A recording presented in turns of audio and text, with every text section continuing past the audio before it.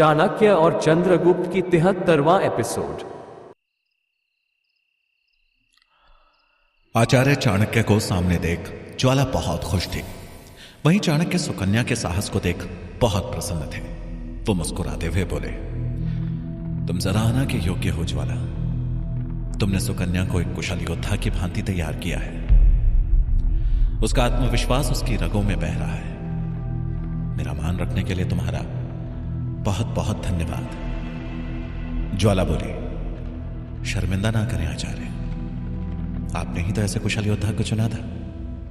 हमने तो बस उसके अंदर की दबी ऊर्जा को निखारने का कार्य किया है। दरअसल मुझे सुकन्या में अपनी अधूरी जीत पूरी होती हुई दिखाई देती है। लेकिन आप आज यहां अचानक?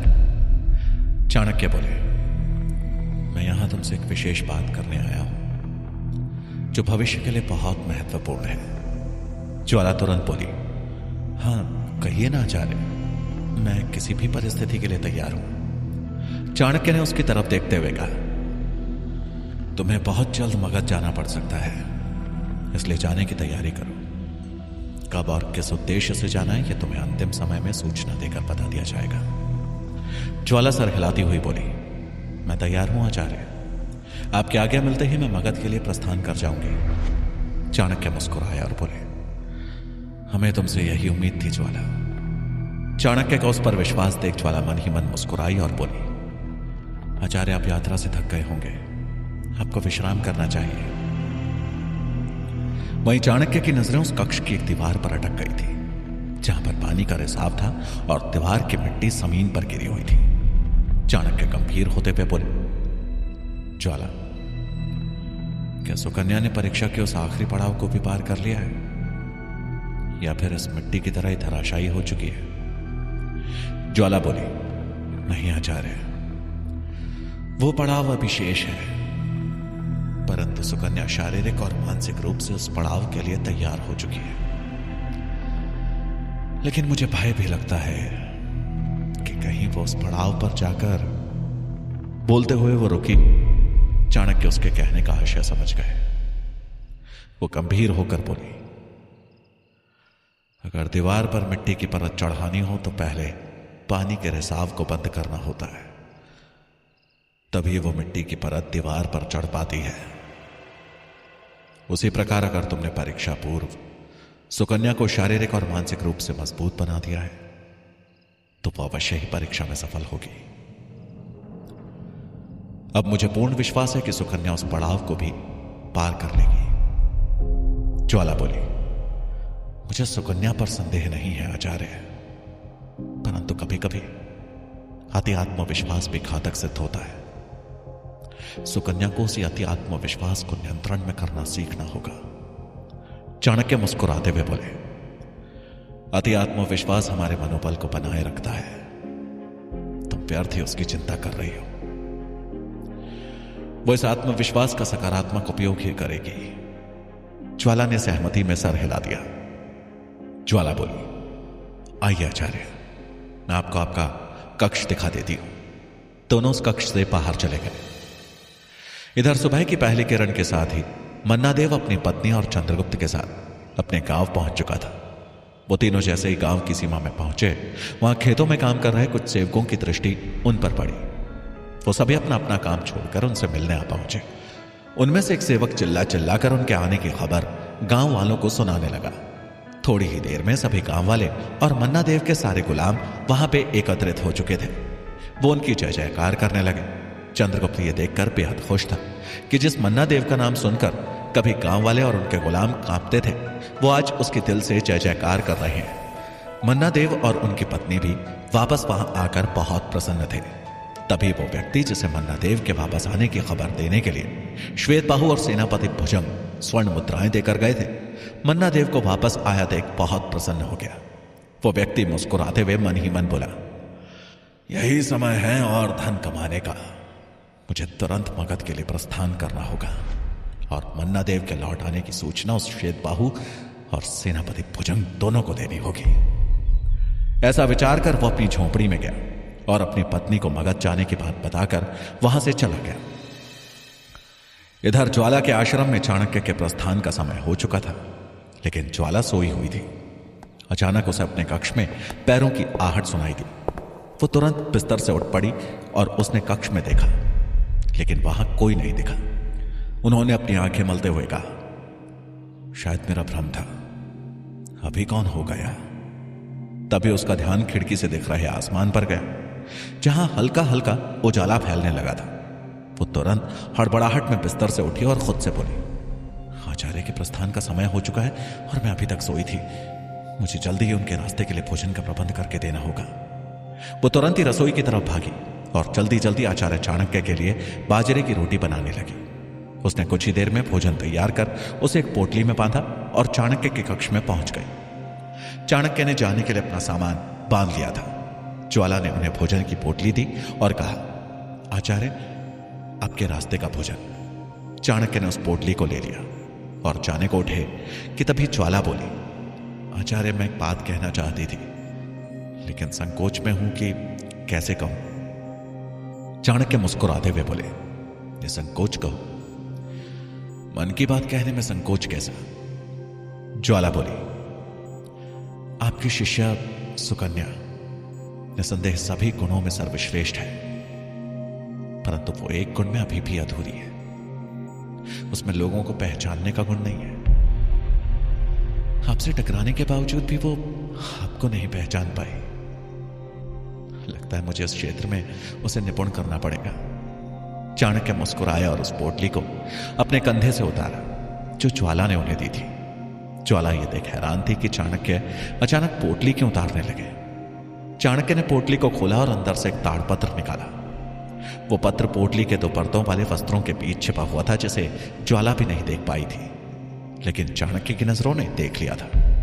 ज्वाला हैरान होकर बोली, आचार्य, ये पत्र किसका है और इसमें कैसे आया? मुझे तो नहीं दिखा। चाणक्य बिना जवाब दिए मुस्कुराया और उस पत्र को ज्वाला को देते हुए पढ़ने का इशारा किया। ज्वाला पत्र खोलकर पढ़ने लगी।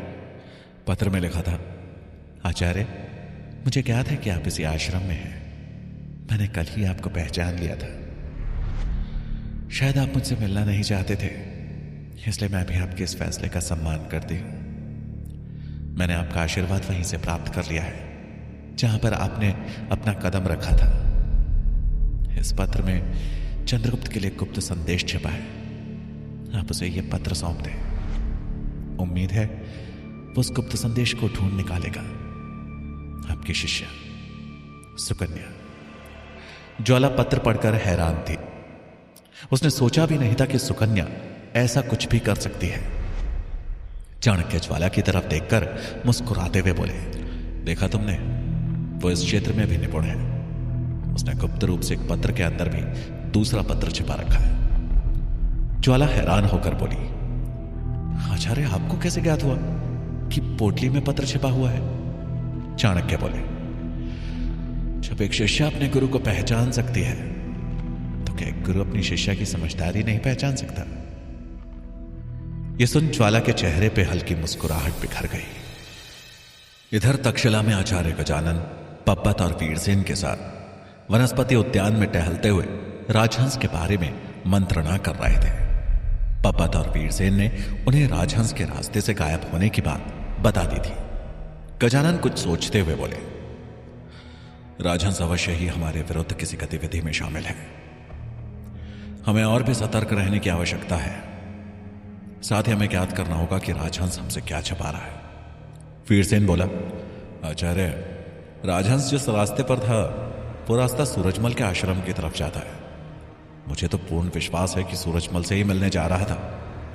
गजानन सोचते हुए बोले, हो सकता है, क्योंकि मैंने भी उसे चाणक्य के कक्ष से निकलते देखा था। उसकी चाणक्य से भेंट नहीं हो पाई तो वो सूरजमल से मिलने चला गया होगा। पब्बत हैरान होकर बोला, आचार्य, राजहंस के पास आखिर ऐसी कौन सी महत्वपूर्ण सूचना है जिसे वो आचार्य चाणक्य के पास अतिशीघ्र पहुंचाना चाहता है? गजानन बोले, मैं भी इसी बारे में सोच रहा था कि आखिर ऐसी कौन सी सूचना है राजहंस के पास। पब्बत बोला, आचार्य, तो हमें क्या करना चाहिए? गजानन एक पौधे के पास पहुंचे और उसके खराब हो चुके पत्तों को देखते हुए बोले, तुम्हें पता है पौधों से पत्ते कब खराब होने शुरू हो जाते हैं? दोनों ने नामे सर हिला दिया। गजानन बोले, जब पेड़ को लगता है कि उसकी आंतरिक ऊर्जा कम हो रही है, ऐसे में वो अतिरिक्त पत्तों को पोषण पहुंचाना बंद कर देता है, जिस कारण पत्ते सड़कर गिर जाते हैं। हमें भी वही करना है। राजहंस से जानकारी उगलवानी है, लेकिन अब उसे कोई जानकारी देनी नहीं है, और साथ ही उसके अंत का मार्ग भी ढूंढना होगा। तुम लोग अभी जाओ, मुझे सोचने दो कि मैं क्या कर सकता हूं। वीरसेन और बब्बत वहां से प्रस्थान कर गए और गजानन उन सभी संभावनाओं पर विचार करने लगे जो निकट भविष्य में हो सकती थी। एक तरफ राजहंस की संदेहास्पद गतिविधि आचार्य गजानन को सोने नहीं दे रही थी, वहीं दूसरी तरफ मगध में महाराज धनानंद अपने मनोरंजन के लिए विशाखा के साथ भ्रमण पर जाने की तैयारी कर रहे थे। उनके भ्रमण की तैयारी पूरी हो चुकी थी। महाराज ने अमात्य को सारे दिशा निर्देश दिए और विशाखा के साथ मुख्य द्वार की तरफ बढ़ गए। विशाखा अपने साथ साथ चल रहे अमात्य को तिरछी नजरों से देख रही थी और उनके मुखमंडल को पढ़ने की कोशिश कर रही थी। वो ये समझने की कोशिश कर रही थी कि कहीं अमात्य के मन में कुछ योजना तो नहीं चल रही, लेकिन अमात्य के चेहरे पर किसी प्रकार का भाव नहीं था। विशाखा मन ही मन बोली, ऐसा कैसे हो सकता है कि अमात्य ने मेरे विरुद्ध कोई योजना ना बनाई हो? कुछ तो बात है, इसलिए अमात्य आज इतने शांत नजर आ रहे हैं। उसके मन में उथल पुथल मची हुई थी। वहीं अमात्य ने दोनों को महल के मुख्य द्वार पर छोड़ा और अपने शेष पड़े कार्य को निपटाने के लिए अपने कार्यालय की तरफ बढ़े। वो गलियारे में कुछ दूर आगे बढ़े ही थे कि तभी एक तीर तेजी से आया और अमात्य के आगे वाली दीवार पर जा टकराया। अमात्य के कदम वहीं रुक गए। उन्होंने देखा ये वही बाण है जो उन्हें धमकी भरे संदेश भेजने के लिए इस्तेमाल किए जा रहे थे। उस तीर पर भी एक पत्र लटक रहा था। उन्होंने तुरंत ही पत्र को बाण से निकाला और पढ़ना शुरू किया। उस पर लिखा था, तुम्हारी मौत महाराज की तरफ बढ़ रही है, बचा सकते हो तो बचा लो खुद को। इतना पढ़ना था कि अमात्य के चेहरे पर हवाइयां उड़ने लगी। उन्होंने बिना एक पल गवाए तेजी से उस तरफ दौड़ लगाई जहां वो महाराज को छोड़ आए थे। महाराज विशाखा के साथ अपने रथ की तरफ बढ़ रहे थे। सेनापति भुजंग और कुछ सैनिक वहीं आसपास खड़े थे और वहीं एक व्यक्ति अपने शरीर पर काली चादर ओढ़े महाराज की तरफ बढ़ रहा था। उसका चेहरा छुपा हुआ था। महाराज के आते ही वहां उपस्थित सैनिक महाराज धनानंद के नाम की जय जयकार करने लगे। दासियों द्वारा उन पर पुष्पों की वर्षा भी की गई। धनानंद बहुत खुश थे और मुस्कुरा रहे थे। वहीं काली चादर ओढ़े एक व्यक्ति धनानंद के काफी नजदीक पहुंच चुका था। अमात्य ने दूर से ही उस काली चादर ओढ़े व्यक्ति को महाराज की तरफ बढ़ते देख लिया था। वो व्यक्ति महाराज के पास पहुंचता उससे पहले ही अमात्य ने दौड़ते हुए उसके और महाराज के बीच आने की कोशिश की। हड़बड़ाहट के कारण अमात्य का संतुलन बिगड़ गया और महाराज धनानंद को उनका धक्का लग गया। धनानंद गिरने ही वाले थे कि तभी पीछे से विशाखा ने उन्हें अपनी बाहों में थाम लिया। उन पर एक बार फिर पुष्प वर्षा हुई। उन्होंने मुस्कुराते हुए विशाखा की तरफ देखा और बोले, धन्यवाद विशाखा, तुम मेरी सच्ची सेविका हो। तुमने मुझे जमीन पर गिरने से बचा लिया। विशाखा मुस्कुरा दी और शर्माते हुए बोली, आपके लिए मेरी जान भी हाजिर है महाराज, परंतु आपको धक्का किसने दिया? धनानंद ये देखने दूसरी तरफ मुड़े। उनके चेहरे पर क्रोध था और इससे पहले कि वो कुछ बोलते उन्होंने देखा कि अमात्य ने अपनी कमर से कटार निकाली और चादर ओढ़े व्यक्ति के पेट में घोंप दी। उसके मुंह से चीख भी ना निकली। ये देखते ही महाराज के चारों ओर खड़े सैनिकों ने उनकी सुरक्षा हेतु उन्हें घेर लिया। सेनापति भुजंग ने भी अपनी तलवार खींच ली। चादर ओढ़े हुए वो व्यक्ति निढाल सा वहीं गिर पड़ा और कुछ ही पलों में उसने दम तोड़ दिया, लेकिन उसके मुख को भी चादर ने ढक रखा था। यह देख वहां उपस्थित सभी लोग हैरान थे। उसे मारकर मानो अमात्य को उनकी खोई हुई सांसें वापस मिल गई। यह देख धनानंद क्रोध और हैरानी के मिश्रित भाव में बोले, अमात्य, ये सब क्या है?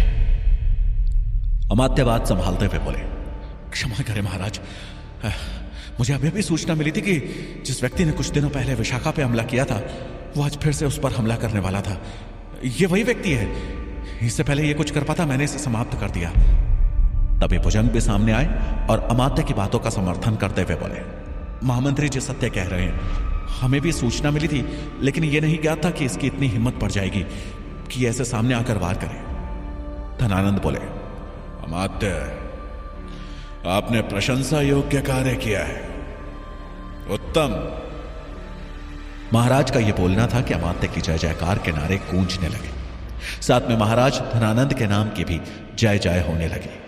लेकिन विशाखा अमात्य की बातों से सहमत नहीं दिख रही थी। शोर कम होते ही वो महाराज की तरफ देखते हुए बोली, मैं इस व्यक्ति की शक्ल देखना चाहती हूं महाराज।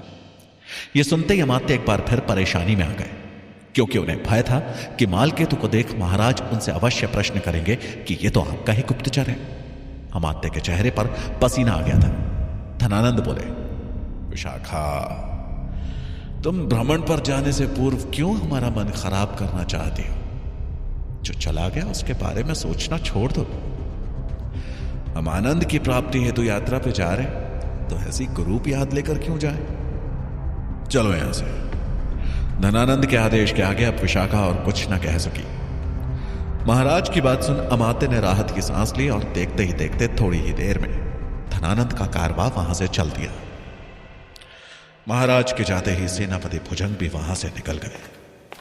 वो भी मृत मालकेतु को देखना चाहते थे, लेकिन देख नहीं पाए। अमात्य को इस बात की खुशी थी कि अंत में मालकेतु का किस्सा खत्म हो ही गया। अपनी उत्सुकता को और काबू में न करते हुए अमात्य ने जैसे ही उस मृत व्यक्ति के मुंह से चादर हटाई तो उनके होश उड़ गए। उन्हें लगा कि उनके पैरों तले जमीन खिसक गई है। आखिर कौन था वो जिसे देखते ही अमात्य के होश उड़ गए? मन्ना देव के आने की खबर मिलते ही क्या करेंगे अमात्य और मंत्री शंभुनाथ? आखिर सुकन्या की परीक्षा का कौन सा कठिन पड़ाव अभी बाकी है? क्या होगा कहानी का अगला मोड़? जानने के लिए सुनिए चाणक्य का अगला भाग।